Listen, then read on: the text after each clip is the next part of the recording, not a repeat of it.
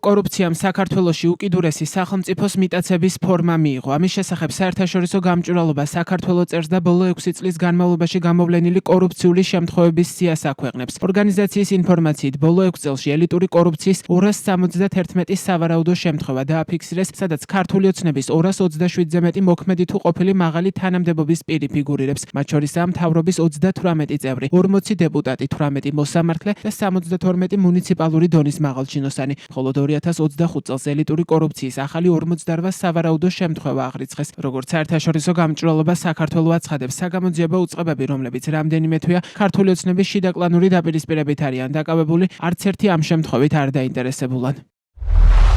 2025 წელს გამოვლენილი ელიტური კორუფციის შემთხვევების შემდეგი შინაარსისა. თანამდებობის პირების მიერ მსხვილი სახელმწიფო კონტრაქტების დარიგება საკუთარი კომპანიებისა და ნათესავებისთვის, პოლიტიკური შემოწირულობის სანაცვლოდ საბიუჯეტო სახსრებისა და სახელმწიფო ქონების დარიგება მმართველ პარტიასთან დაახლოებული ბიზნესისთვის, დაუსაბუთებელი ქონების დაგროვება და ქონების დამალვა, არ დადეკლარირება. თანამდებობის პირისთვის აკრძალული და დამალული სამეწარმეო საქმიანობა, უკანონო შემოსავლის ოჯახისგან მიღებულ საჩუქრად გასაღება, სამშენებლო ნებართვების მოპოვება კორუფციული გარიგების გზით. უკანონო მშენებლობა, სახელმწიფო უძრავი ქონების ხელში ჩაგდება პრივატიზაციის გზით, ბუნებრივი რესურსების მითვისება, კონკრეტულ პირებზე მორგებული კანონების მიღება, მოსამართლეებზე ზეწოლა ან სასამართლოს გამოყენება კორუფციული მიზნებისთვის, ნეპოტიზმი და პარტიული აქტივისტების ფიქციური დასაქმება სახელმწიფოს ხარჯზე. კორუფციის კუთხით საქართველოში ამჟამად არსებული ვითარება ხასიათდება ერთი მხრივ წვრილმანი კორუფციის შთამბეჭდავად დაბალი დონით და ამავე დროს მაღალი დონის კორუფციის თითქმის სრული დაუსჯელობით. სამწუხაროდ კორუფციამ საქართველოში უკიდურესი სახელმწიფოს მიტაცების ფორმა მიიღო.